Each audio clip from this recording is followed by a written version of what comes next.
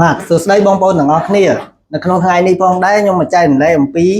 ការវិភាគតម្លៃមាសសម្រាប់ការធ្វើការជួញដូរប្រចាំថ្ងៃអញ្ចឹងសម្រាប់តម្លៃមាសនៅក្នុងថ្ងៃទី17ខែ6ឆ្នាំ2025នេះបានចុះមកវិញកាលពីយប់មិញក្រោយពីទទួលរងនៅឥទ្ធិពលព័ត៌មានដែលប្រទេសអ៊ីរ៉ង់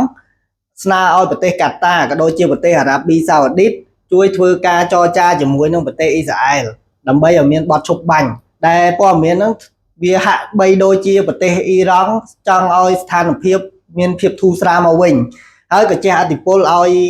អ្នកវិនិយោគក៏ដូចជា trader នៅក្នុងពិភពលោកធ្វើការកាត់យកផលចំណេញដែលតម្លៃមាសកាលពីយប់មិញបានឡើងទៅដល់តម្លៃ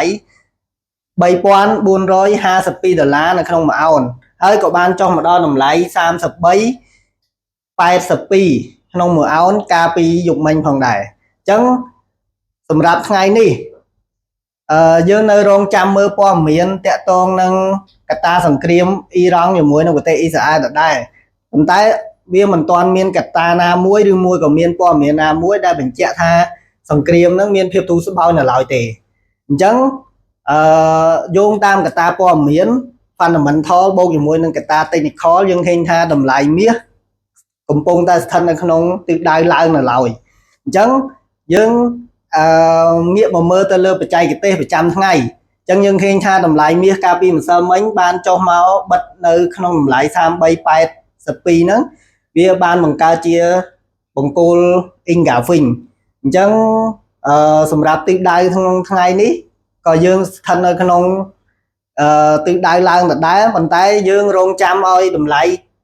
មាសគួរតែចុះមកដល់តម្លៃ33.50ឬ33.30ចាំយើងធ្វើការបាយឡើងទើបមានសុវត្ថិភាពប៉ុន្តែបើតម្លៃមាស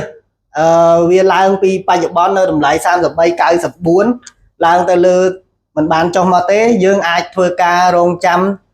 ធ្វើការជួញដូរ short sell នៅតម្លៃ34.20ទៅ34.40វិញអញ្ចឹងសម្រាប់ព័ត៌មានលម្អិតឬមួយក៏តម្លៃណាដែលវាល្អក្នុងការចូលផ្សារដែលមាន confirmation បូកជាមួយនឹងសុវត្ថិភាពបងប្អូនអាចធ្វើការទំនាក់ទំនងមកកាន់ខ្ញុំបានអរគុណបាទអញ្ចឹងសម្រាប់បងប្អូនដែលមានចំណាប់អារម្មណ៍ទៅលើការជួញដូរឧបករណ៍នីសនឬ forex trading ឬមួយក៏បងប្អូនចង់ធ្វើការសិក្សាស្វែងយល់បន្ថែមទៅលើវិស័យមួយនេះបងប្អូនអាចធ្វើការទំនាក់ទំនងមកកាន់រូបខ្ញុំបាទផ្ទាល់ Mr. Ben ដែលជាភ្នាក់ងារប្រឹក្សាយោបល់ជាន់ខ្ពស់មកពីក្រុមហ៊ុន GFGI អញ្ចឹងបងប្អូនអាចធ្វើការទំនាក់ទំនងមកកាន់លេខទូរស័ព្ទក៏ដូចជា Facebook Page TikTok YouTube និង Social Media ផ្សេងៗដែលមានដាក់នៅក្នុងវីដេអូខាងក្រោមនេះអរគុណ